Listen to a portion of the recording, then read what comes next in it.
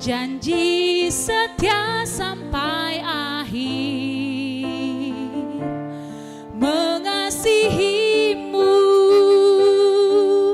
Yesus bersama keluargaku, bersama keluargaku melayani Tuhan, bersatu selamanya mengasihi Engkau. Tiada yang dapat melebihi kasih-Mu ya Tuhan. Bagi kami Engkau segalanya. Kami datang di hadirat-Mu. Sekali lagi kita naikkan pujian ini. Kami datang di hadirat-Mu dalam satu kasih dengan bersehati, berjanji setia sampai akhir, mengasihi-Mu Yesus,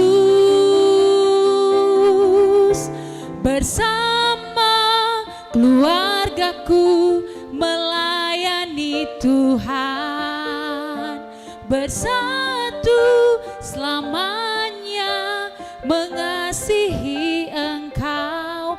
Tiada yang dapat melebihi kasih-Mu ya Tuhan. Bagi kami Engkau segalanya. Gelombang badai hidup coba menghalangi, namun kuasa Tuhan buka jalan kami.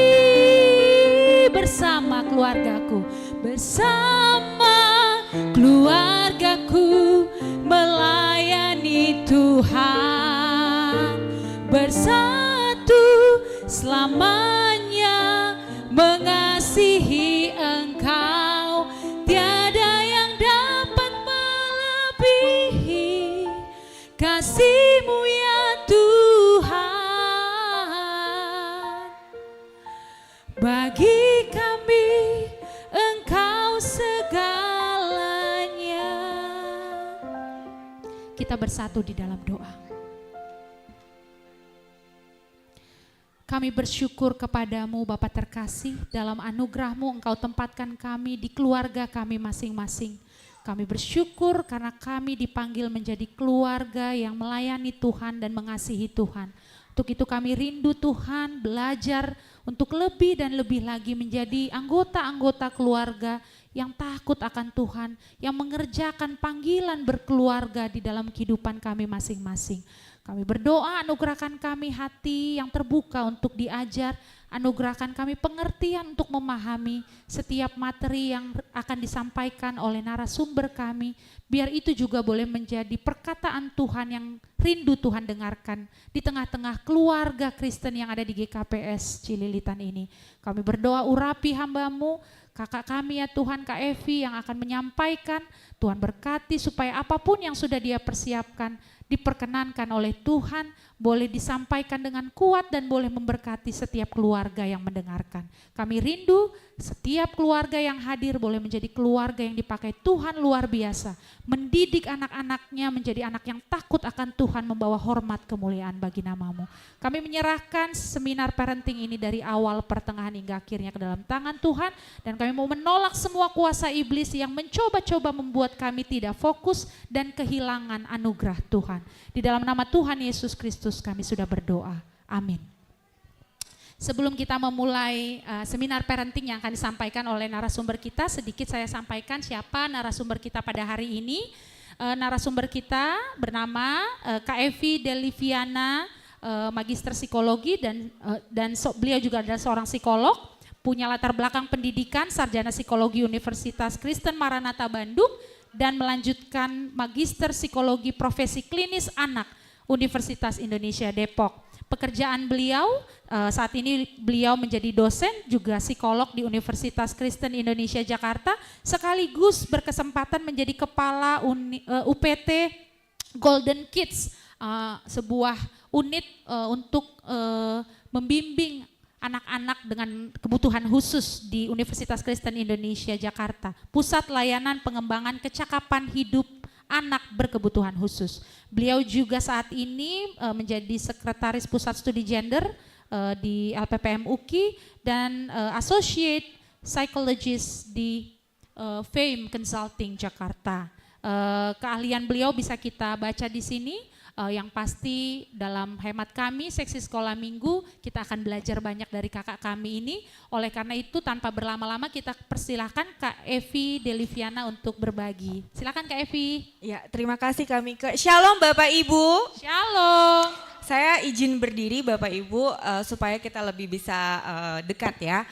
Jadi Kak Mika menghubungi saya untuk menyediakan waktu berbagi pengetahuan dan pengalaman seputar pengasuhan anak yang saya pernah juga pelajari, bukan hanya pelajari, tapi lebih banyak melihat itu secara nyata di ruang praktek ya. Jadi Bapak dan Ibu, topik yang kita bahas hari ini adalah gadget di tangan, hati terhubung. Nah, siapa yang hatinya selalu terhubung, papa mama dengan anak-anaknya? Selalu? Selalu ya? Papa-papa selalu terhubung? Selalu juga. Opung-opung? Opung sama cucunya? Selalu juga? Oke, coba nanti kita cek sama-sama ya. Oke. Papa, mama, opung gitu ya, bapak, ibu. Siapa sih yang gak tahu gadget itu adalah salah satu kebutuhan ya sekarang ini ya. Ya mungkin untuk anak-anak belum jadi kebutuhan ya. Tapi untuk remaja semakin besar gadget tuh jadi sebuah kebutuhan ya. Siapa di sini yang anak remajanya belum dikasih gadget? Jadi belum ada handphone? Ada? Sudah dikasih? Ibu belum? Usia berapa Bu anaknya? Baru kelas 5, oh sama kayak anakku juga kelas 5 belum ada gadget ya. Siapa di sini yang SMP udah dikasih gadget? SD? Ada yang sudah punya gadget sendiri? SD? Oh SD, karena kebutuhan dari sekolahnya wajib katanya, oke. Gak mau handphone mamanya diganggu, anaknya dikasih, oke. Itu fenomena ya saat ini ya. Jadi papa dan mama, Kak Mika maaf ya kalau aku membelakangi. Jadi teknologi, pertanyaannya, teknologi itu kawan atau lawan kita?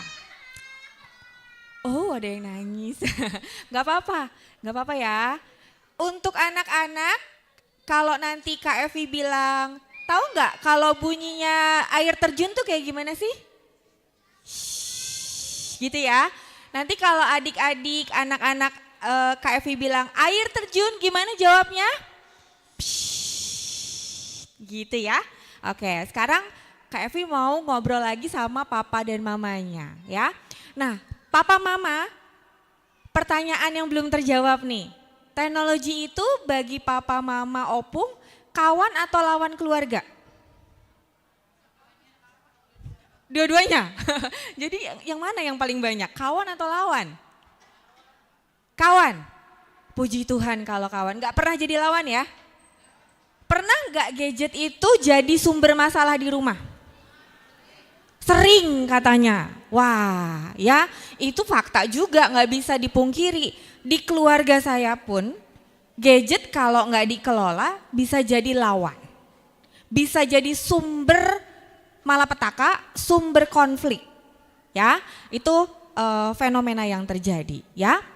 Realitanya papa dan mama juga opung ya. Dulu anak-anak banyak waktunya bermain di luar ya, contohnya misalnya petak umpet ya pokoknya main di luar, main karet, main kelereng, main apapun di luar rumah ya.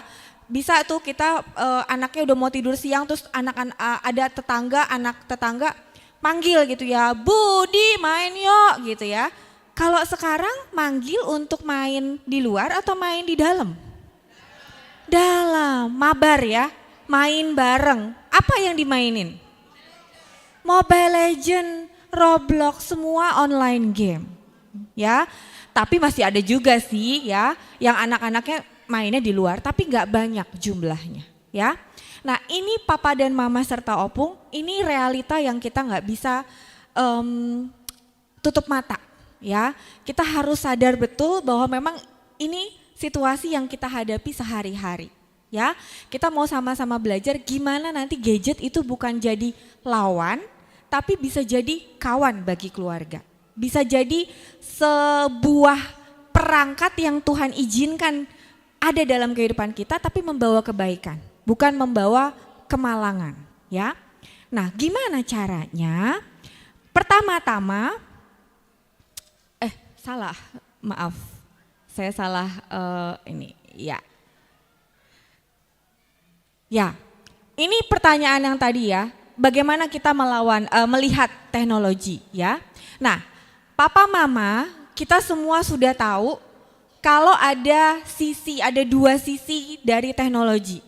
Satu sisi positif ya, kita nggak bisa juga bilang sama anak-anak nggak boleh ada gadget dalam kehidupan kamu, nggak bisa. Tadi ibu udah bilang ya, sekolah wajibin anak saya untuk bawa handphone gitu. Jadi gimana dong caranya? Ya udah tetap nggak apa-apa. Bukan artinya itu sesuatu yang nggak boleh anak-anak kita miliki ya atau anak-anak kita gunakan. Tapi ya nanti ada syarat-syaratnya. Nah kita akan belajar sisi positif apa sih ya yang ada dari gadget. Pertama papa dan mama, siapa di sini anak-anaknya yang kalau usia 4 tahun udah bisa bahasa Inggris ada? Ada? Ya sepatah dua patah kata. Diajarin papa mamanya atau belajar dari gadget? Dari YouTube ya. Itu sebenarnya sisi positifnya. Ya nggak usah ngeles, udah ada vocabulary yang dipelajari gitu ya dari teknologi. Itu salah satu sisi positifnya. Sisi positif yang lain adalah sarana kreativitas. Kalau papa dan mama perhatikan, ada yang pernah perhatikan anak-anaknya itu buka apa aja di handphonenya atau di tabnya? Ya, kalau game itu juga banyak loh yang bisa mengasah kreativitas. Ya, banyak juga fungsi gadget. Misalnya siapa di sini yang anaknya suka gambar dari tab misalnya, ya atau dari handphone, itu bisa mengasah kreativitas sebenarnya ya. Atau misalnya main puzzle, menggambar, coding, musik digital, itu sisi positif yang lain. Yang ketiga adalah menjauhkan keluarga yang dekat. Kita bisa selalu terkoneksi sama keluarga yang jauh-jauh ya, bisa video call, bisa telepon ya. Atau misalnya belajar bahasa dari gadget, itu sisi positifnya. Ya, papa mama dan opung udah pasti tahu banyak sisi positif yang kita bisa petik dari gadget atau teknologi. Tapi permasalahannya ada sisi yang lain yang kita nggak bisa abaikan. Sisi negatifnya apa ya? Yang pertama papa dan mama, ini fakta ya yang saya temukan di ruang praktek. Banyak sekali gadget itu membawa anak-anak kita pada kondisi kecanduan. Kalau papa mama baca berita atau misalnya nanti selepas dari sini browsing ya, di Jawa Barat, di provinsi-provinsi besar itu banyak sekali pasien anak remaja yang dirawat di rumah sakit RSJ untuk memulihkan kondisi atau memutus kondisi kecanduan pada game online. Itu fakta. Jadi papa mama nggak bisa juga menutup mata, banyak sekali kasus tersebut. Oh anak aku nggak mungkin kok, nanti kita lihat sama-sama ya.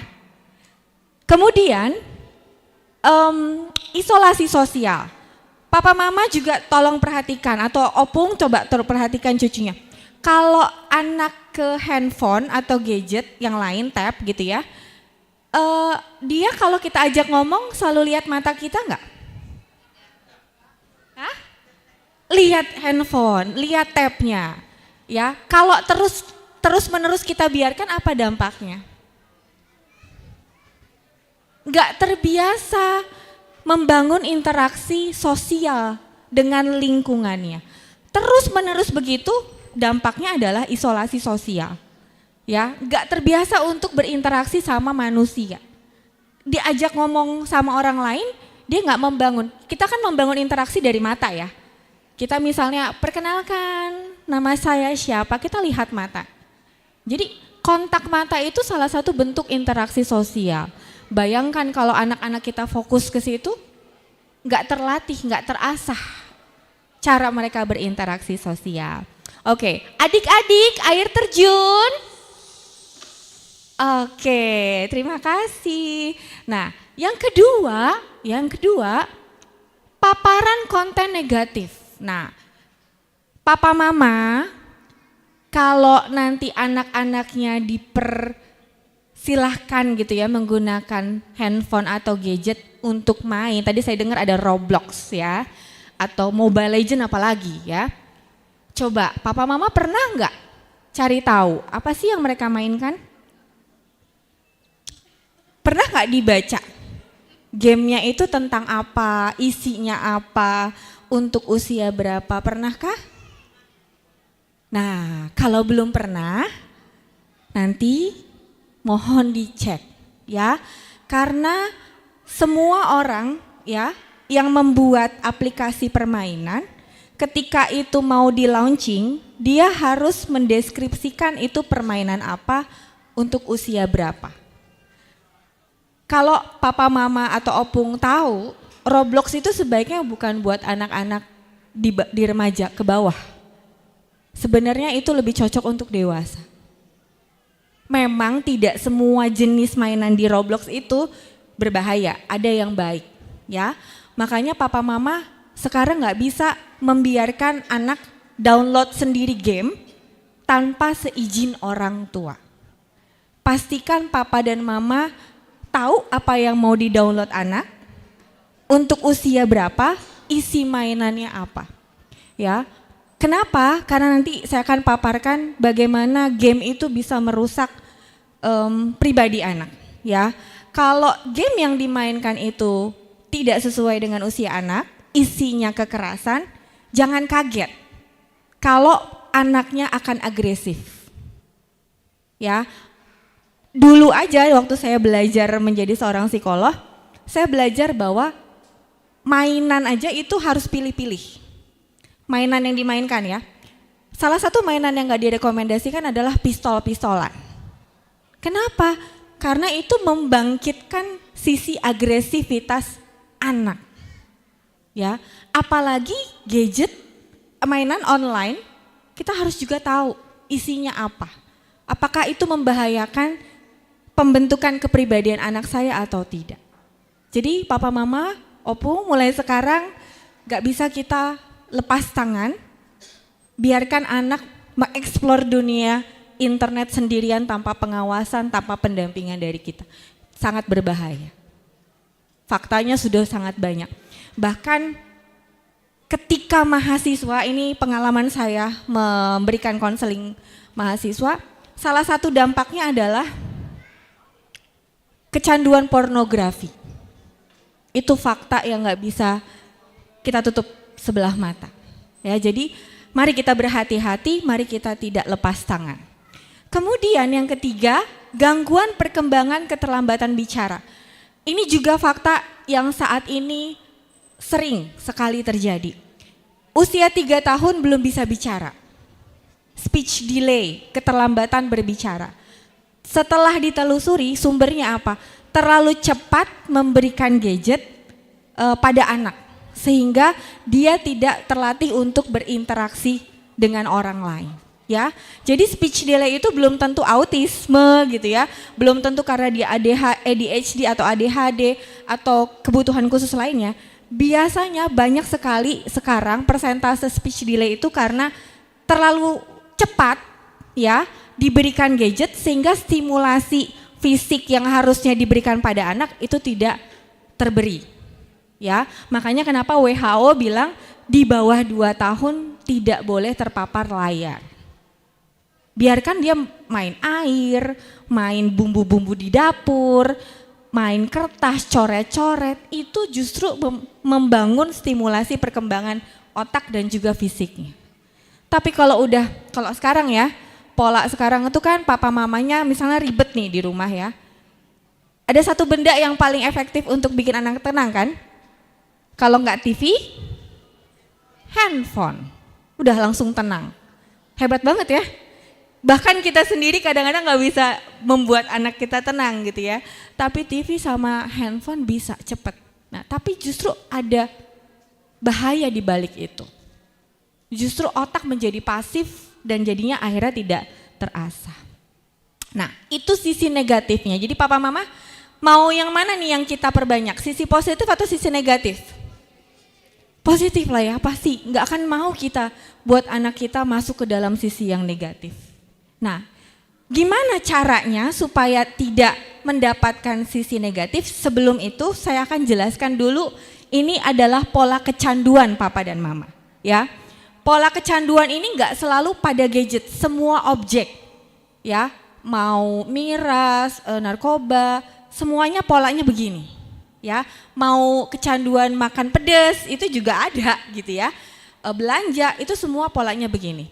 Pertama-tama adalah kita pada situasi yang tidak seimbang, ya. Misalnya bosan, anak-anak misalnya bosan, ya. Bosan, kemudian misalnya dikasih handphone atau dikasih televisi. Kan isinya menyenangkan ya buat mereka. Ketika kita terpapar sesuatu yang menyenangkan, ada zat di dalam otak kita namanya dopamin. Dopaminnya meningkat. Dopamin itu hormon yang membuat kita merasa senang, happy, nyaman begitu ya. Terus kemudian kita jadi merasa senang tuh ya. Udah senang, kemudian misalnya dia beraktivitas lagi, disuruh mandi, makan, dopamin menurun. Ya. Kemudian dia pada situasi bosan lagi. Dia akan cari objek yang akan bisa membantu untuk membuat dia happy. Otak kita akan selalu membantu kita mencari sesuatu yang menyenangkan buat kita. Menghindari yang tidak nyaman, mencari yang nyaman buat kita. Kalau ini terus-menerus polanya berulang, itu yang membuat seseorang menjadi kecanduan. Nah, gimana caranya papa dan mama supaya nggak kecanduannya sama gadget? Kecanduannya misalnya bukan candu tapi ya, mungkin dia mencari objeknya bukan buka handphone. Saat bosen, kita bisa kasih alternatif apa? Ada yang mau ini papa mama? Punya ide? Bercerita, oke. Gambar. Ajak makan di luar. Ya? Main game yang bukan online, olahraga, ya. Jadi objeknya yang harus diganti. Jangan sampai otak itu membaca atau menginformasikan pada dirinya, pada anak-anak kita, kalau kamu bosan, objek yang bisa bikin kamu happy adalah HP atau TV. Biasanya kalau otaknya sudah informasinya begitu, anak pasti akan susah. Salah satu tanda kecanduan itu ketika minta di stop, dia akan marah, bahkan sampai tantrum. Ya. Saya pernah menangani, kebetulan ini juga masih ada hubungan keluarga, usianya saat itu SMP kelas 3, ya SMP kelas 3. Dia baru kehilangan ayah, kemudian tinggal hanya bersama mamanya, dia main Mobile Legend. Kalau nggak salah papa mama ada yang tahu ya, Mobile Legend itu kan ada hal-hal yang harus dibeli ya. Untuk melengkapi karakternya ya. Siapa yang di sini tahu Mobile Legend itu seperti apa? Boleh ya? Ada yang bisa dibeli ya Bu ya? Apa sih untuk apa Bu? Untuk lebih tampilannya lebih bagus. Tampilannya lebih bagus, apalagi Bu? Untuk senjata gitu ya? Untuk ya nggak apa-apa kalau bapak-bapak mah ya. Tapi kita harus pernah main justru. Saya seneng kalau orang tua bisa diajak Mobile Legend tuh tentang apa dia tahu, itu justru bagus. Karena dia bisa mengukur sejauh mana keberbahayaan game itu pada anaknya. Ya, jadi kita nggak tahu itu mainan apa. Nah, anak ini pengen beli sesuatu yang menurut mamanya harganya nggak masuk akal untuk sebuah game. Akhirnya mamanya nolak, ya. Apa yang dilakukan anaknya? Anaknya menjawab, jual aja yang ada di rumah. Aku mau beli itu. Ya, sampai suatu saat makin menjadi dia tantrum, seharian dia nggak mau mandi, nggak mau makan, hanya di depan laptop untuk main Mobile Legend. Ya, sampai akhirnya harus diputus, ya, ketergantungannya. Kalau adiksi itu kan harus diputus secara total sama objek yang menjadi adiksinya, ketergantungannya. Akhirnya dia dibawa ke tempat di mana salah satu psikiater punya tempat untuk mengelola. Di situ dia berada selama 3 bulan untuk detox. Namanya detox ya. Jadi apa ya? Memutus pola adiksi itu dari objek yang membuat dia attach, keterikatan sama objek tersebut. Jadi di tempat itu nggak ada gadget, nggak ada digitalisasi. Betul-betul untuk dia detox dari teknologi. Gitu. Itu fakta Bapak dan Ibu serta Opung. Ya, itu terjadi karena apa? Karena orang tua nggak pernah mau ikut mendampingi anak ketika mengeksplor internet. Orang tua harus ikut serta mendampingi, membersamai anak. Ya, ini adalah kecanduan. Jadi apa yang diperlukan? Kita tahu sama-sama teknologi itu pengen kita jadikan teman, bukan lawan. Syaratnya apa Papa dan Mama atau Opung? Syaratnya harus ada aturan main. Gak boleh tidak ada aturan main. Papa, Mama, Opung di rumah harus sepakat.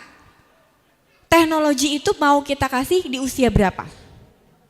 Apa aja yang mau kita kasih? Aturannya gimana? Berapa nanti akan ada panduannya, mungkin bukan panduan ya, tips gitu ya. Kalau gak ada aturan main, nanti Papa Mama sendiri yang akan kewalahan. Jadi sebelum dikasih, aturan main sudah harus ada, sudah harus disepakati. Gimana dong caranya, aku udah keburu kasih gadget, gak apa-apa.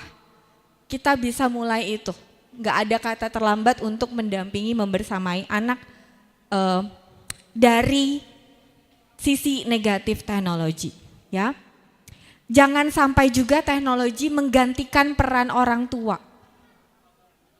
Ya, saya pernah juga menemukan bahwa ada anak-anak yang merasa lebih baik handphone saya selalu ada daripada ada papa dan mama. Sakit sekali ya Bu kalau ada anak yang menyatakan tersebut. Kenapa? Karena bayangkan lebih penting benda daripada koneksi terhadap orang tua. Ya, jangan sampai itu terjadi pada keluarga kita, apalagi kita keluarga Kristen. Itu sangat-sangat jangan sampai terjadi. Tapi masalahnya banyak keluarga Kristen yang seperti itu. Sedihnya demikian, ya. Karena orang tua tidak menganggap teknologi itu ada sisi negatif dan perlu ada aturan di dalamnya. Nah, apa yang bisa kita lakukan Papa dan Mama? Pertama, buat aturan bersama anak. Untuk anak-anak yang masih kecil, Papa dan Mama wajib untuk membantu mereka memahami bahwa gadget itu ada syaratnya. Gitu ya. Dek, Papa Mama mau pinjemin ini, tapi ada syarat yang harus diikuti, ada aturan yang harus diikuti. Apa aturannya? Misal, hari apa kamu boleh pakai atau pinjem handphone mama atau tabnya papa misalnya. Kemudian berapa lama pinjemnya, untuk apa pinjemnya, itu harus jelas. Terus adik harus selalu minta izin papa mama. Papa mama yang akan bukakan, kita harus buat password ya Bapak dan Ibu.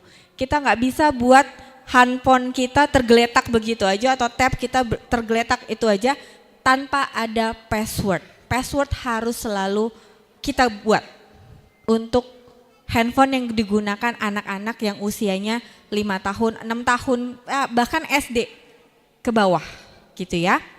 Untuk anak-anak remaja, papa dan mama, apakah perlu password? Perlu, tetap perlu. Sampai dia sudah 17 tahun, pastikan kita tahu. Papa dan mama, saya lihat ada papa mama millennials juga di sini yang seumuran saya. Papa dan mama pasti tahu ada parental control antara handphone. Kalau di iOS, di program iOS itu ada. Program di Android juga ada. Silahkan papa dan mama pelajari. Saya nggak akan mengajarkan di sini karena itu bukan capability saya, itu bisa dipelajari secara otodidak. Tujuannya apa? Kita bisa memantau apa yang anak-anak kita buka. Kita juga bisa bahkan mengetahui sudah berapa lama dia menggunakan itu. Ya, jadi pastikan papa dan mama juga menggunakan aplikasi itu. Ya, kedua, untuk remaja bahkan yang sudah menjelang dewasa, kalau yang kecil mungkin kontrak gadget bisa kita buat ya. Ya bukan kayak kontrak kita mau sama perusahaan atau tempat bekerja, enggak. Misalnya kontraknya kita buat sama-sama, kita pakai gambar handphone ya. Tujuannya apa? Benar-benar anak-anak 2-3 tahun ke atas atau SD, itu kan cara pikirnya masih konkret. Ya Bapak dan Ibu, jadi harus nyata. Maksudnya nggak boleh tuh gimana? Ya, kalau anak-anak yang usianya masih 3 tahun ke atas atau balita, nggak bisa tuh kita hanya ngejelasin seperti saya menjelaskan ke papa mama, nggak bisa. Jadi dia butuh media nyata. Contohnya misalnya begini, papa mama kasih waktu 15 menit. 15 menit itu jarum panjangnya ke angka 12 sampai ke angka 3. Atau nanti papa mama bunyikan alarm. Kalau alarmnya bunyi, tandanya adik harus berhenti main. Itu contoh konkret. Semakin besar semakin dia bisa berpikir abstrak. Tapi kalau anak-anak kecil harus contohnya konkret. Yang bisa dipahami. Oh, kalau ada bunyi berarti aku harus selesai. Kemudian papa mama harus ada zona bebas gadget. Siapa di sini papa mama yang sudah menerapkan ini ada? Ada satu hari kita sama-sama semua satu rumah mengurangi pemakaian gadget. Ada? Susah ya? Awal-awal saya menerapkan itu juga saya rasa susah. Apalagi seringkali mengenai pekerjaan, entah kadang-kadang Sabtu Minggu tuh ya kami ada aja gitu ya. Pekerjaan tuh ada aja ya Sabtu Minggu. Tapi karena saya dan suami dan juga anak udah sepakat, kita Sabtu Minggu itu di jam-jam tertentu ya buka handphonenya. Bukan sama sekali nggak boleh buka, tapi kita batasi. Jadi biasanya saya Sabtu dan Minggu itu jam 9 sampai jam 6 sore itu saya benar-benar gak buka handphone. Kalaupun buka cuman ngeliat terus saya akan abaikan. Bukan karena saya gak mau peduli sama orang yang WhatsApp, tapi itu bentuk usaha saya dan suami menjaga attachment atau kedekatan saya bersama anak. Ya, saya gak pengen kasih materi ini ke Bapak dan Ibu tapi saya tidak melakukannya gitu ya. Saya juga merasakan efeknya. Ternyata dengan begitu anak melihat bahwa orang tua berusaha juga untuk detach, untuk nggak lekat sama handphone, sama gadget atau laptop. Ya, karena apa papa dan mama? Karena kalau nggak kayak gitu, anak-anak itu melihat model, contoh hidup. Contoh hidup paling dekat dengan anak-anak adalah papa, mama, dan opungnya. Jadi papa mama nggak bisa menuntut anak-anak untuk, wah anak-anak harus taat sama saya, tapi kita sendiri tidak memberikan contoh. Kita nggak bisa seperti itu. Ya, jadi papa dan mama, mari ya. Apa batasan-batasan yang diperlukan? Tadi pertama saya sudah bilang harus ada password Bapak dan Ibu. Jangan biarkan gadget tanpa password ya. Tapi saya berharap informasi ini Papa dan Mama serta Opung jelaskan kepada anak secara tenang, penuh kasih, tidak mendominasi percakapan. Ya, jelaskan kepada anak kenapa harus ada password. Ya, Papa Mama, itu tujuannya untuk melindungi anak-anak kita. Bisa Papa dan Mama jelaskan. Yang kedua, aplikasi dan konten. Pastikan aplikasi dan konten yang dilihat itu sesuai dengan usia. Papa dan Mama serta Opung buka aplikasi yang sudah sesuai dengan usia anak aja. Kalau misalnya contohnya begini ya. Tab itu tab papanya misalnya atau tab mamanya. Papa mamanya nggak sengaja buka sesuatu yang untuk usia dewasa, misalnya gitu ya. Terus kemudian tab itu dipinjam anaknya.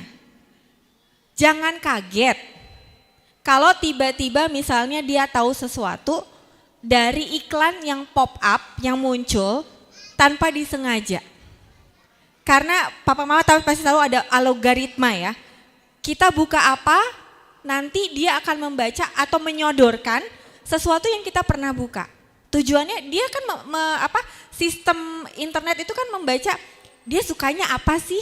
Ya udah kita munculin aja yang dia suka atau yang dia pernah buka. Misalnya saya suka kegiatan masak memasak, nonton masak memasak gitu ya. Ya akan ada iklan yang tentang masak memasak. Itu algoritma yang membawa kita pada sesuatu yang kita sukai atau kita pernah buka. Jadi pastikan memang handphone yang digunakan anak itu bersih, clear dari hal apapun yang bisa mungkin muncul sewaktu-waktu tanpa kita sengaja. Ya. Kemudian papa dan mama waktu. Lebih baik 30 menit 3 kali. Ya, jadi misalnya 30 menit pertama istirahat, 30 menit berikutnya istirahat, 30 menit berikutnya itu lebih baik daripada 1,5 jam tanpa henti. Itu saran dari saya untuk anak-anak SD. Ya, jangan diberikan 1,5 jam langsung, tapi dicicil. Why? Kenapa? Otak kita atau otak anak-anak kita yang akan menjadi terkena dampaknya.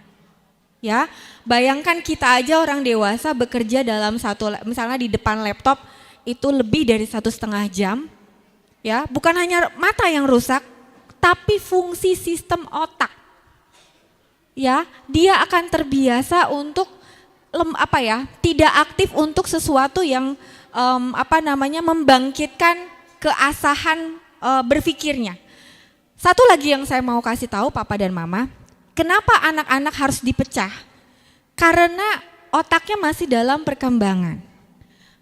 Otak di depan kita yang ada di jidat ini ya, fungsinya adalah untuk berpikir, menganalisa, mengingat, memutuskan. Pokoknya fungsi yang sangat dewasa. Itu dewasanya di usia berapa? 25 tahun matangnya. So itu alasan kenapa anak-anak tidak bisa langsung diberikan gadget pemakaiannya sampai 1,5 jam tanpa henti. Lebih baik dipecah daripada waktu yang lama.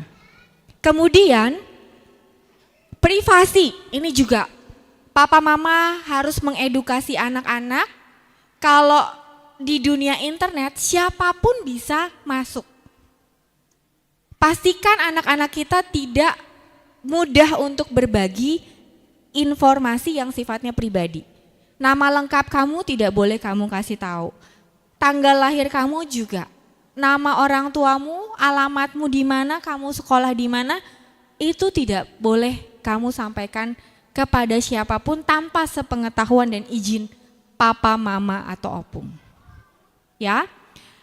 Nah, informasi ini papa dan mama, saya sih berharap karena saya juga seringkali beberapa kali menitipkan pada opungnya gitu ya, anak saya nggak bisa sepakat cuman sama suami. Saya harus dulu sebelum anak kami semakin besar, saya meminta waktu papa dan mama saya untuk kami ngobrol. salah satu obrolan yang kami bawa itu adalah kalau misalnya anak saya di rumah papa dan mama, kami punya aturan main di rumah kami. Kira-kira papa dan mama mau nggak mendukung aturan tersebut? Mau ya Pak, ngebujuk lah begitu ya. Kenapa? Karena anak tidak selalu bersama kita 24 jam papa dan mama. Ya, selain opung, orang yang di sekitar anak, salah satunya misalnya mungkin ada yang di sini menggunakan jasa pengasuh, ya ART misalnya, itu juga harus diedukasi. Gak bisa aturan itu hanya kita sama anak tok, tapi orang-orang yang ada di sekitar anak gak tahu aturan main itu. Harus sepakat satu rumah, orang yang ada di rumah itu harus tahu, atau orang yang akan berinteraksi dengan anak itu harus tahu. Ya, kemudian durasi tadi saya sudah sampaikan dan keseimbangan. Pastikan lebih banyak aktivitas gerak tubuh daripada menggunakan gadget. Jadi kalau misalnya anak-anak udah 30 menit main, mah aku mau main lagi 30 menit nanti, 1 jam lagi kita istirahat.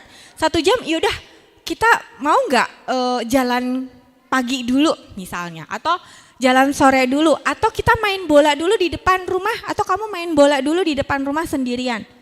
Pastikan aktivitas fisik itu lebih banyak porsinya daripada aktivitas duduk main game.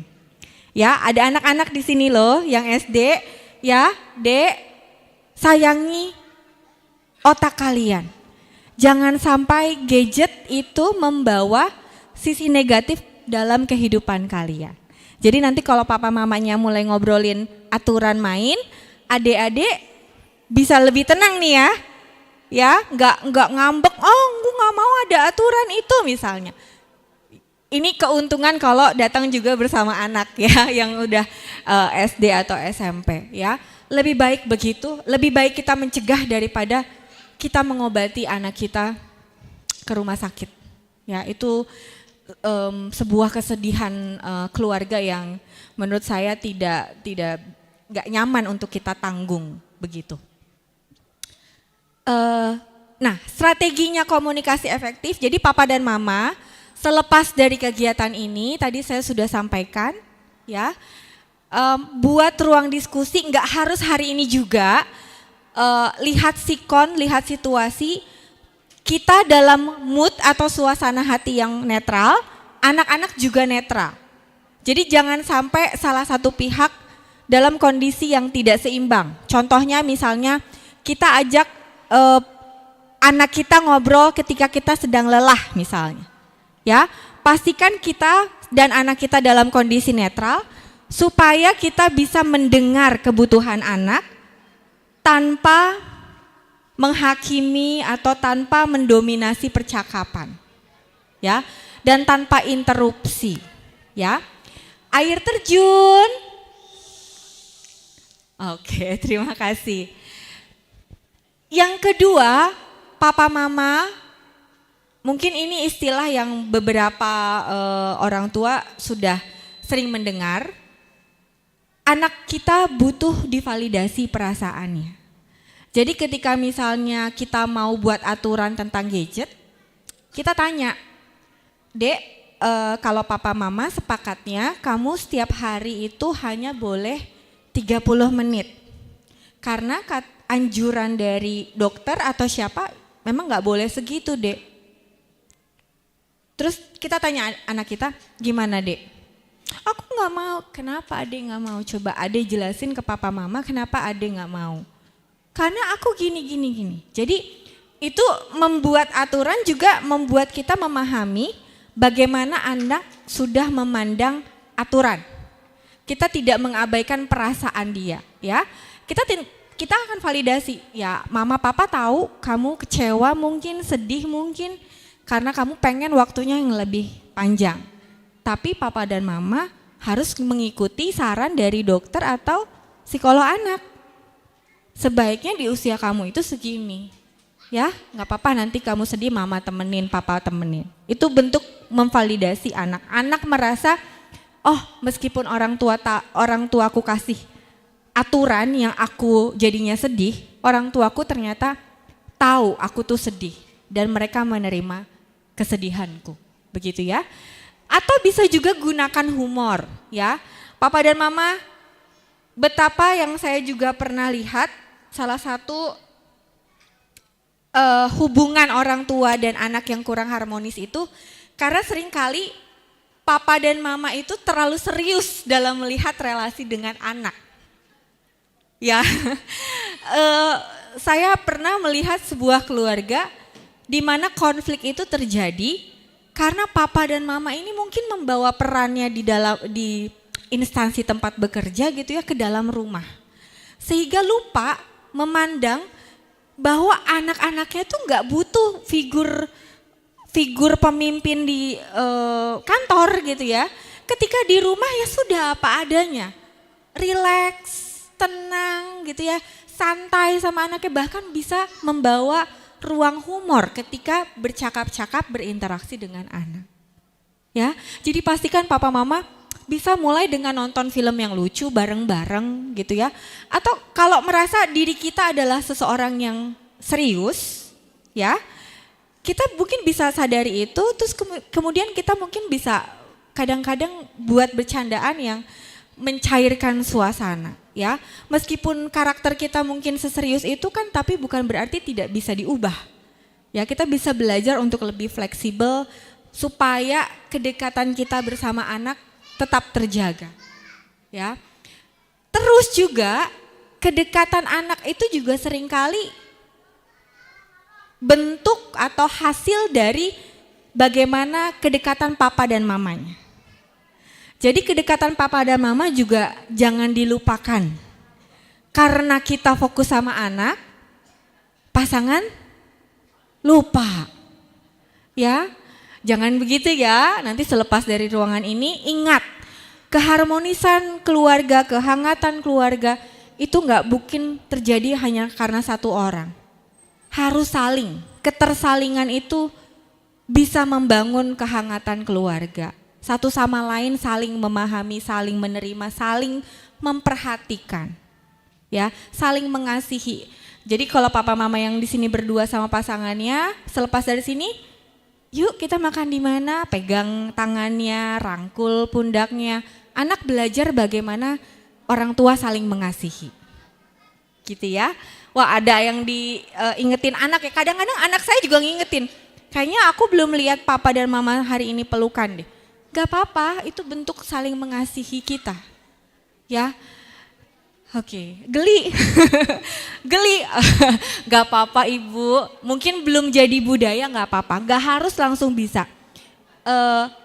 Pelan-pelan gak harus peluk, mungkin bisa tos gitu ya. Hari ini tos ya, bentuk kehangatan kan gak harus pelukan. Ya, dengan kita misalnya masakin atau kasih surprise ya, atau misalnya mendahulukan kebutuhan pasangan, itu kan bentuk-bentuk kita memperhatikan pasangan. Nah, papa dan mama, ini saya hampir di penghujung. Jadi dari pengalaman saya di ruang praktek, teori yang saya baca gitu ya. Sebagai keluarga Kristen, kita punya 3 ini. Kita punya iman, kita punya pengharapan, dan kita punya kasih. 3 ini yang kita bisa pakai terus dalam pengasuhan kita dengan anak. Teori apapun itu kalau kita juga tidak punya 3 ini, lambat laun kita mudah putus asa. Melihat kalau papa dan mama, saya melihat di ruang praktek, aduh kok sekarang serem banget ya. Kasus-kasusnya tuh ekstrim-ekstrim gitu. Belum lagi yang ya ada anak-anak di sini ya. Orientasi tahu ya, papa dan mama, saya nggak usah panjang karena ada banyak anak-anak. Kemudian juga tayangan-tayangan yang belum seusianya. Tayangan-tayangan juga bentuknya bisa bervariasi, bukan hanya tontonan tapi juga komik. So, gak ada lagi selain Tuhan yang bisa memampukan kita untuk mengasuh anak kita dengan tepat, dengan baik. Kita memang perlu belajar terus-menerus menjadi orang tua yang lebih update dengan situasi sekarang ini, tapi 3 ini jangan ditinggalkan. Kita berharap, kita mengimani, dan kita mengasihi anak-anak kita karena Tuhan terlebih dahulu mengasihi kita. Kita yakin Tuhan juga menuntun kita menjadi orang tua yang baik untuk anak-anak kita, bisa mendidik dengan penuh kasih. Nah, ini refleksi penutup, saya nggak mau berpanjang lebar, tapi ini pengalaman pribadi saya sebagai seorang Kristen. Saya selalu ingat, mungkin Papa dan Mama ada yang membacakan ayat Alkitab Amsal 22 ayat 6 dan Kolose 3 ayat 21. Ada yang mau menolong saya membacakan Amsal? Amsal 22 ayat 6. Oh, di belakang, oke.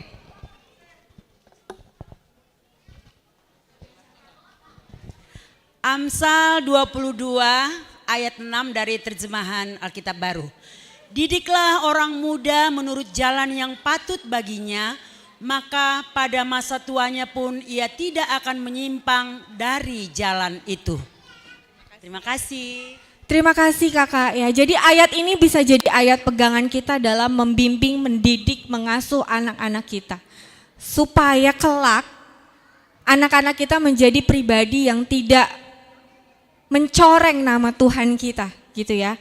Tapi anak-anak kita justru menjadi anak-anak yang memuliakan nama Tuhan dengan keberadaannya di dunia ini. Yang kedua, Kolose 3 ayat 21, meskipun nanti yang disebut adalah ayah atau bapak, ini mewakili kita sebagai orang tua. Bukan hanya bapak ibu saja, tapi juga opung atau orang dewasa di sekitar anak. Siapa yang berkenan membantu? Hai bapak-bapak, janganlah sakiti hati anakmu, supaya jangan tawar hatinya. Terima kasih Ibu. Jadi ketika kita mendidik anak-anak kita, bukan berarti didikan kita sangat keras sampai nggak punya ruang untuk diskusi, sampai akhirnya anak-anak kita terluka hatinya, dan dia tidak mau lagi mendekat pada kita. Jangan sampai itu terjadi. Tapi biarlah kasih yang Tuhan ajarkan pada kita itu lebih besar ya. Ketika kita mendidik anak kita, kita mungkin lihat banyak sekali hal yang menjengkelkan. Banyak sekali hal yang membuat kita marah gitu ya. Gak apa-apa, wajar. Saya pun psikolog anak pernah kok marahin anak saya. Saya masih manusia gitu ya. Tapi setelah itu kita harus punya upaya rekonsiliasi. Terus menerus membangun kedekatan pada anak kita. Jangan lupa bahwa anak kita juga perlu belajar dari kita. Ketika kita melakukan kesalahan, kita bersedia mengakui dan meminta maaf. Ya, satu lagi, ada penelitian yang membuktikan bahwa katanya begini. Kalau anak kita terluka, ya, hatinya, kalau fisiknya mungkin kita bisa scanning gitu ya dari luar. Kalau hatinya terluka, intinya adalah perbaikan itu apakah bisa tetap dilakukan? Bisa. Ya. Rumusnya adalah 5:1. 5 pengalaman atau kebaikan positif untuk membangun atau menyembuhkan satu peristiwa yang membuat dia terluka. Jadi kalau misalnya kita hari ini misalnya menyakiti anak kita dengan teguran kita yang sangat keras, kata-katanya mungkin sangat menyinggung hati, melukai hati anak kita, ciptakan 5 aktivitas pengalaman yang menyenangkan. Ya, otak akan membaca itu sebagai sebuah upaya untuk rekonsiliasi. Itu saja dari saya, Papa dan Mama. Gadgetnya nyata tak apa, asal hati tetap saling menyapa. Semoga Papa dan Mama selalu Tuhan mampukan ya untuk bisa mengasuh anak-anak kita dengan penuh kasih, tetap selalu terkoneksi meskipun gadget ada di tengah-tengah kita. Tuhan Yesus memberkati. Saya kembalikan ke Kamike.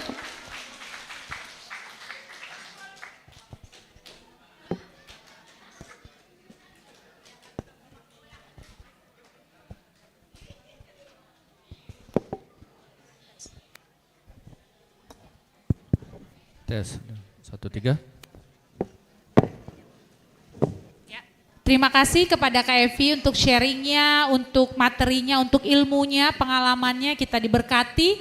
Dan saatnya kita masuk ke dalam sesi tanya jawab. Ya, Pak Pendeta udah langsung siap nih. Kak Beni, ada satu lagi, kita buka satu sesi. Ada Kak Devi tadi sana. Jadi kita buka sesi satu untuk 3 penanya. Kakak, ya boleh dibantu Bang? Tes.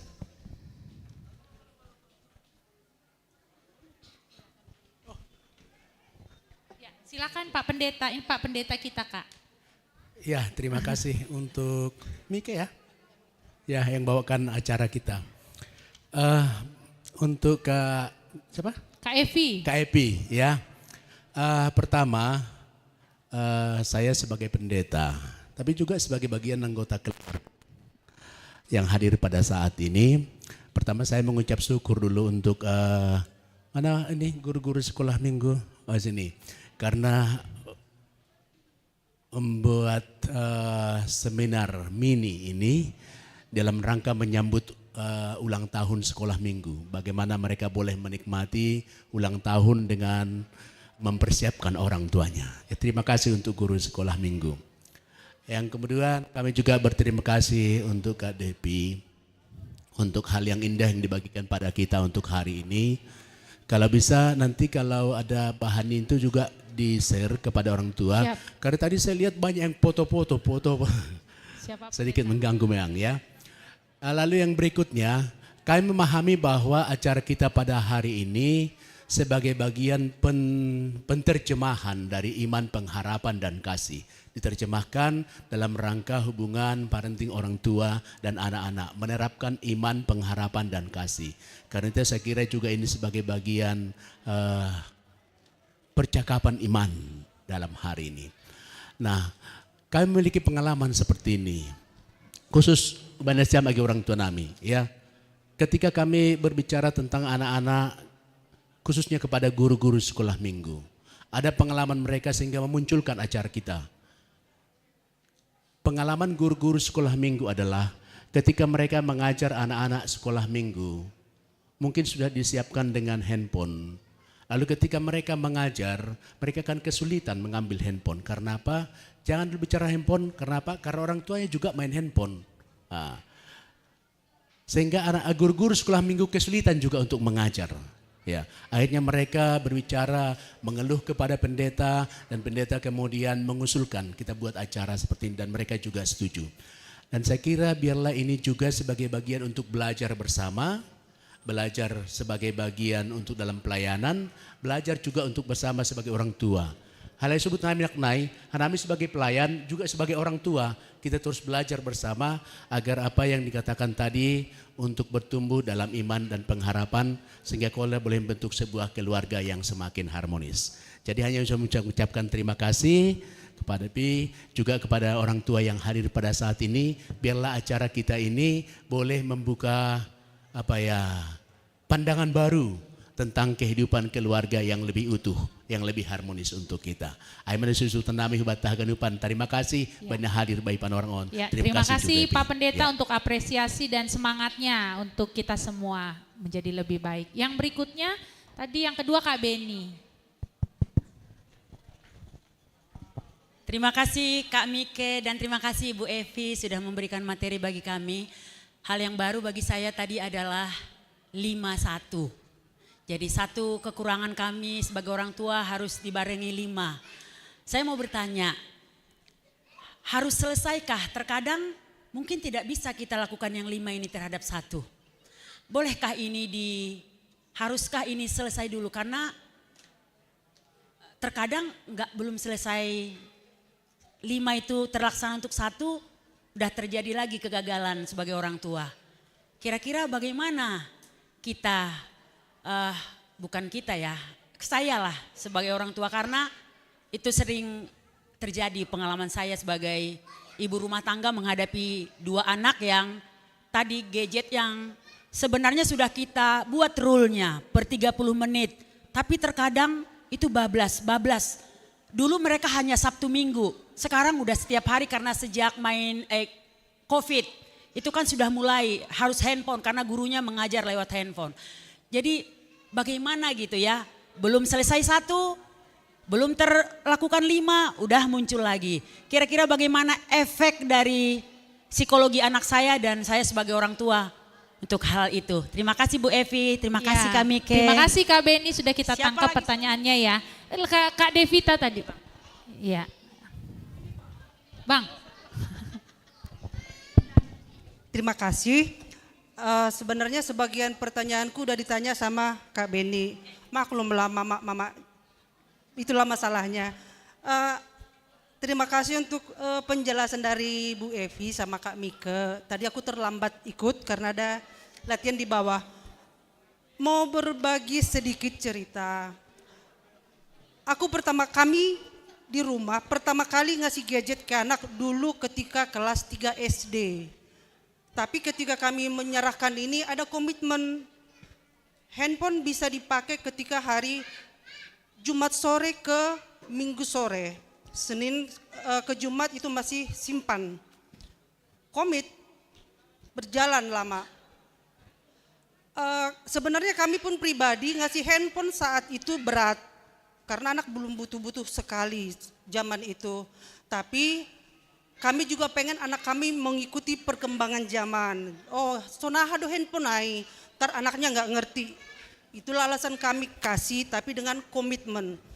Tapi berjalannya waktu dan kebutuhan anak di sekolah, janah COVID, handphone itu di tangan terus. Sebenarnya pas kita lihat, pas kita dampingin belajar ketika pegang handphone, masih mata pelajaran yang di layarnya itu. Meleng dikit udah langsung pindah layarnya. Kadang kalau kita dampingin terus anak nanti nggak mandiri kalau dipepet terus belajar. Saat itu solusi yang ku jalankan setiap malam ketika mereka udah tidur, handphone aku bongkar semua, lihat chatnya, dia login kemana aja bisa aku buka karena nggak ada password. Masih terkontrol. Tapi makin lama pernah ada kejadian, mungkin halani anak-anak masih baru punya handphone, punya grup. Jadi dalam grup itu aku nggak bisa kontrol anak siapa aja. Ternyata masuk informasi yang belum sepantasnya masuk di mereka. Jadi mengatasi aku nggak bisa sendiri saat itu. Jadi aku harus ke sekolah. Memang agak berat saat itu sampai ketemu dengan orang tua anak yang mengirim itu. Kenapa masuk anak-anak seumur ini bisa mengirim seperti ini di grup, merusak anak. Akhirnya grup itu dihapus, anaknya itu nasihati istilahnya gitu. Dan itu enggak sampai di situ, masih banyak hal yang kami alami dengan handphone ini. Ketika lulus SMP, masuk SMP, handphone masih terus. Serba salah sebenarnya nami orang tua gimana ya. Apa yang harus kami lakukan supaya anak itu agak lebih dekat megang buku daripada handphone gitu loh. Ada juga yang kami lakukan, setiap jam 5 sore handphone itu kami tarik, kami usir keluar, istilahnya olahraga. Kebetulan depan rumah ada tempat olahraga.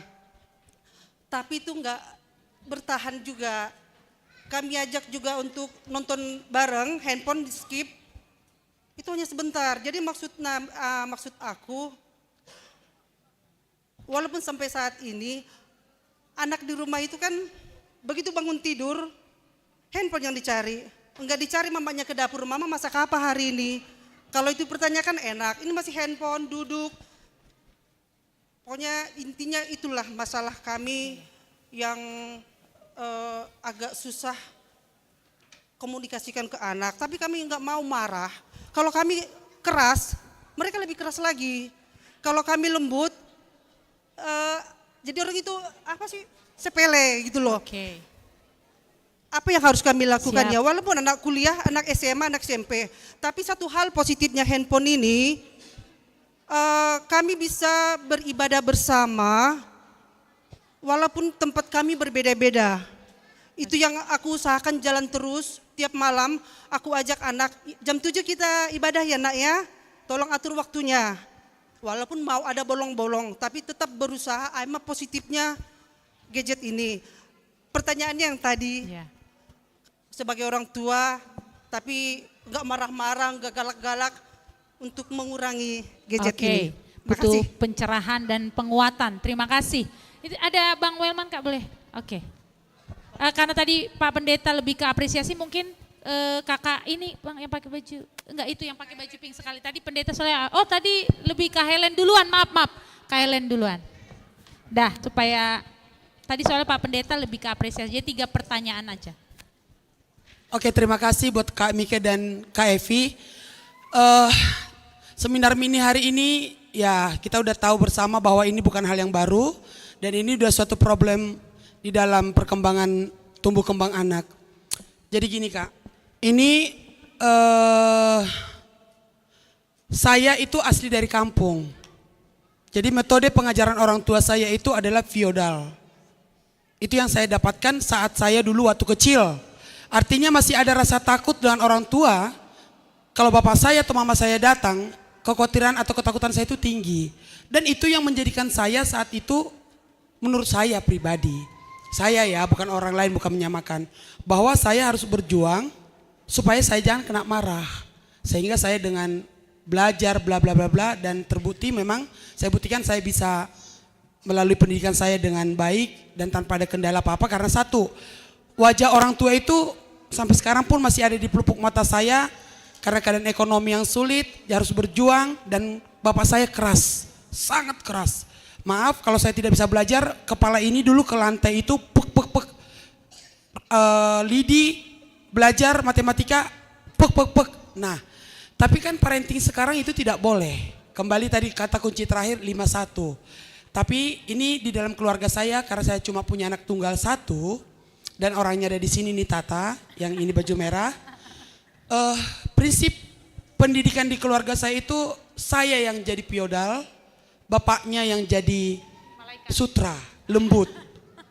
Jadi gini, karena cuma 1, kalau dua-duanya kami feodal pun bisa gila dia nanti. Bisa stres kan, harus ada penyeimbang. Jadi intinya Kak, di dalam masalah handphone, bapaknya pun sekarang sudah bisa bilang, nanti kasih tahu mama. Dia gak berani lagi, gitu. Jadi itu yang saya terapkan itu di dalam rumah tangga saya. Saya tidak bisa menyampaikan itu berlaku buat semuanya, tidak. Oke. Jadi baik tindakan apapun, kalau sudah kata mama, itu ada kata kunci yang dia tidak bisa berleha-leha lagi. Dan yang di rumah yang membantu dia, udah 7 tahun dengan dia, dan itu pun saya doktrin seperti yang tadi. Saya bilang, saya lihat CCTV, kalau kalian ini selesai kau, gitu. Ya maaf lah ya, tapi speak, ya hati itu mana ada lah yang seperti itu. Jadi kembali ke tadi yang disampaikan, mungkin saya juga kurang, contoh karena dia nurut, ya saya loskan main HP sampai 2 jam. Ternyata itu sangat salah, itu saya akuin. Dan di sini baru saya sadari, memang saya tahu dia masa tumbuh kembang. Otomatis mata dia itu, saraf-saraf matanya itu pun masa-masa bertumbuh. Jadi nggak heran, mungkin barunya adikku ini udah umur 6 tahun udah harus min 2. Karena yang tadi belajar dari teman, aku juga ingatin, Tata, matamu itu lagi bertumbuh karena kau usia 9 tahun. Harusnya matamu itu perlu istirahat, kau paksa lihat HP, sarafnya itu terganggu tumbuh kembangnya. Ternyata Kak Evi bilang, ini sampai 25 tahun, 2 kali ya Kak ternyata untuk ini. Makanya attitude juga memang harus diinikan buat anak. Jadi aku sangat terberkati dengan ini. Mungkin PR ku nanti karena suami saya lagi ada tugas ke Cipayung gereja, Pangapohan. Konsep 30 menit tadi Kak, itu oleh-oleh yang mungkin aku bisa saat ini. Tapi kalau melarang totalitas, saya tidak bisa. Karena apa? Teman lingkungannya juga ya mudah-mudahan lah Kak. Dengan seminar hari ini saya juga punya oleh-oleh yang kuat buat saya. Dan mungkin kembali ke saya, kalau saya cara pendidikan saya yang tadi tanda kutip ya, itu di saya aja lah. Kalau orang lain beda-beda gaya, itu tergantung orang. Jadi maaf, saya agak keras untuk ini dan saya tidak segan untuk berkata, selesai kau nanti ya. Gak jadi apa-apa kau ya. Ya nggak tahu lah ya Kak, itulah yang ku katakan ke anakku. Terima kasih ya. Terima kasih Kak Helen. Cukup kita dengar dari Kak Evi. Kak Beni ya. Kak Beni yang 5+1 itu Kak, Jadi sebenarnya angka itu bukan angka yang mutlak ya Kak, Bapak dan Ibu. Nggak harus 5 untuk satu kejadian yang nggak menyenangkan. Jadi prinsipnya adalah begini, prinsipnya kita memperbanyak upaya rekonsiliasi pada satu momen yang mungkin membuat kita menyakiti hati anak. Itu prinsipnya. Halnya seperti apa? Contoh misalnya hari ini misalnya saya marahin anak saya misalnya begitu ya. Kemudian ada kata-kata yang menyakiti hatinya misalnya. Setelah menjelang sore mungkin saya bisa masakin makanan favorit. Saya siapkan sesuatu yang dia suka misalnya. Terus kemudian saya ajak ngobrol, kita nonton bareng. Menjelang tidur misalnya saya bacain buku. Atau kita lakukan namanya pillow talk. Jadi saya dampingin anak, kita ngobrol gitu ya. Itu hal-hal upaya yang 5 tadi. Jadi bukan sesuatu yang sifatnya harus misalnya ngajak dia makan keluar atau enggak. Sesuatu yang sifatnya sederhana tapi meaningnya atau artinya untuk upaya rekonsiliasi tadi. Karena ternyata kalau menurut neuropsikologi, ilmu psikologi yang berdasarkan fungsi neuro atau syaraf di dalam otak kita, otak itu bisa rewired, jadi bisa memulihkan gitu. Momen yang sangat-sangat nggak menyenangkan itu akan pelan-pelan tergantikan dengan upaya rekonsiliasi tadi, gitu ya Kak. Jadi bukan jumlahnya yang harus 5, tapi sebanyak-banyaknya kita bisa memberikan upaya rekonsiliasi buat bukan menutupi ya, memulihkan relasi yang mungkin sempat terluka tadi. Itu yang untuk Kak Beni ya Kak. Kak Devita. Nah, mungkin ada satu sebenarnya yang saya mau tanyakan. Kenapa bisa kekonsistenan itu tidak berlanjut? Nah, seringkali begini Papa dan Mama. Saya setuju sekali tadi sama Kak Helen ya. Oh ya, oke. Gak apa-apa ya Papa Mama ya, namanya juga anak-anak ya. Itulah kehidupan kita sebagai orang tua. Nah, saya setuju sama Kak Helen, tidak ada satu rumus yang selalu cocok untuk seluruh keluarga. Setiap keluarga itu punya rumusan masing-masing. Tadi yang saya sampaikan itu sifatnya general, umum. Silakan Papa dan Mama ramu dengan nilai-nilai keluarga masing-masing. Itu pertama. Tapi Kak, salah satu hal yang bisa membuat aturan yang kita buat itu tidak berjalan, itu biasanya karena tidak konsisten. Tidak konsisten ini biasanya karena apa? Kita nggak tega. Ya, yang kitanya ini siapa? Bisa dua-duanya, bisa salah satu. Gitu. Kak Helen, pernah nggak ada aturan yang akhirnya melenceng karena suaminya nggak tega? Ada ya pasti ya. Jadi ketidakkonsistenan itu pasti muncul karena ada salah satu pihak yang tidak menjalankan itu. Nah, yang saya lihat mungkin ya, aku nggak tahu ya Kak, untuk lebih spesifik apa yang harus aku sarankan, kita harus diskusi di luar ini gitu ya, karena aku nggak tahu sehari-hari itu bagaimana gambarannya. Tapi biasanya yang bisa mengacaukan aturan yang kita buat di rumah itu ketidakkonsistenan. Karena kunci dari keberhasilan pengasuhan salah satunya adalah konsistensi, konsisten, gitu. Gak harus pakai marah pun kalau konsisten pasti akan jalan dengan sendirinya, begitu. Nah, semakin anak kita bertumbuh, usianya semakin meningkat. Sebenarnya kan gini Papa dan Mama, tujuan Papa Mama belajar parenting itu kan sebenarnya membangun pondasi anak, itu kan. Kita nggak bisa terus-terus dampingin seperti kita masih anak-anak kita masih kecil. Nggak bisa, semakin dia besar nanti remaja itu usia di mana dia akan lebih memilih teman dibandingkan keluarga. So ketika sebelum itu pastikan anak-anak kita sudah punya pondasi yang benar dan tepat dan kuat. Tentang bagaimana mengelola gadget dan waktu penggunaan gadget. Kalau anak-anak Papa dan Mama masih kecil, yuk mulai dari sekarang. Supaya nanti pondasinya sudah sangat kuat. Semakin dia besar dia tahu gadget ini fungsinya untuk apa, bisa membawa saya kemana, apa yang saya harus lakukan, apa yang melanggar nilai-nilai keluarga saya, apa yang tidak melanggar nilai-nilai kekeluargaan saya. Selain konsistensi, kedua adalah koneksi dengan keluarga, dengan orang tua. Papa, mama, kita sudah pernah menjadi anak-anak toh waktu kecil, ya. Hubungan kedekatan kita sama orang tua itu jadi salah satu pelindung kita. Kalau kita deket banget sama orang tua kita nggak pernah mungkin tega melukai orang tua kita. Kita nggak mau orang tua kita terluka. Lain halnya kalau kita tidak punya koneksi yang dekat lekat sama orang tua. Anak mungkin saja nggak peduli apa yang akan orang tua kita alami kalau saya melakukan A, B, C, D. So kunci yang kedua adalah kedekatan. Kalau anak kita melakukan kesalahan, ada prinsip, ada rumusnya juga. Connection before correction. Membangun koneksi dulu sebelum memberikan koreksi. Anak kita misalnya tumpahin air.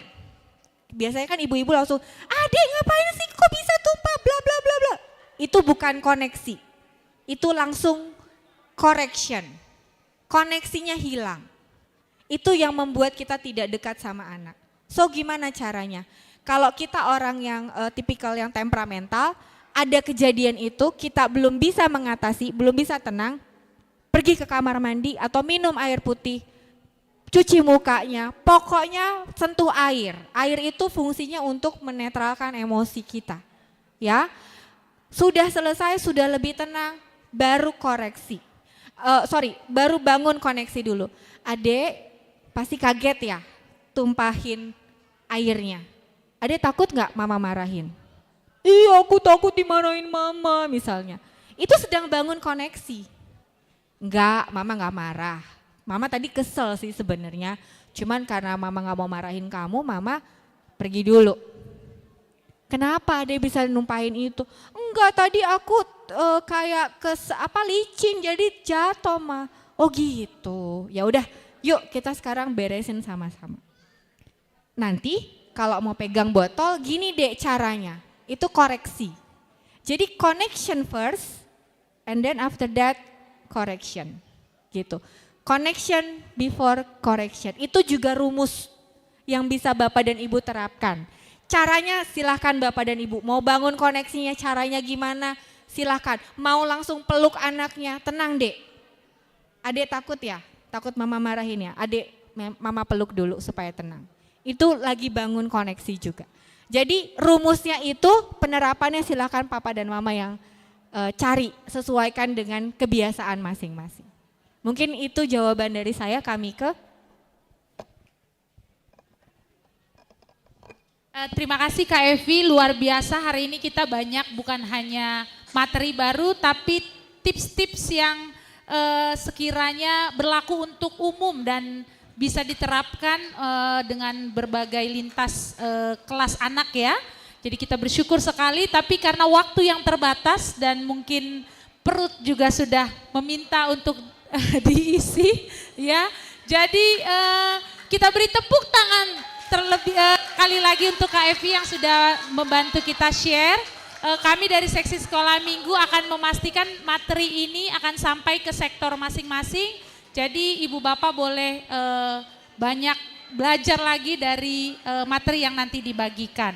Nah, buat yang bertanya tadi, kami seksi sekolah minggu juga menyiapkan hadiah, paling tidak salah satu alternatif permainan keluarga yang mungkin mengurangi potensi penggunaan gadget, yaitu permainan kartu gitu ya, tapi berbasis keluarga. Nah, jadi silakan juga digunakan. Yang lainnya yang belum berkesempatan bisa dibeli juga online. Oke, sekali lagi atas nama sekolah minggu mengingatkan pesan dari slide terakhir, boleh Bapak Ibu gadget kita tetap nyala, gadget adik-adik tetap nyala, tapi yang tidak boleh tidak, hati juga tetap harus saling menyapa. Tepuk tangan buat kita semua. Terima kasih Kak Evi untuk ilmunya, untuk sharingnya. Jangan bosan ke GKPS Cililitan. Jikalau ada kesempatan mungkin kita bisa berbagi kembali. Demikian seminar parenting hari ini. Sebelum kita menutup dan bubar, kita akan tutup di dalam doa. Boleh minta kesediaan Bang Welman. Pak Pendeta udah tidak ada. Ya, terima kasih. Kebetulan ada abang kami perwakilan PMJ, kami memohon dengan kasih untuk menutup acara kita Bang. Terima kasih.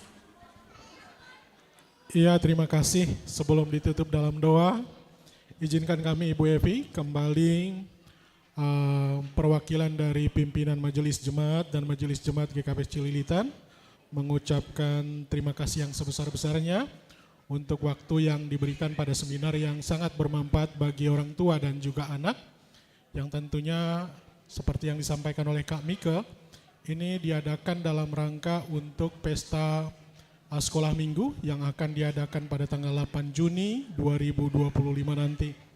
Sekali lagi terima kasih dan semoga semakin sukses Ibu Evi dan juga lebih semangat lagi melayani dan semoga di lain waktu bisa saling menjalin komunikasi yang lebih baik lagi dengan GKPS Cililitan.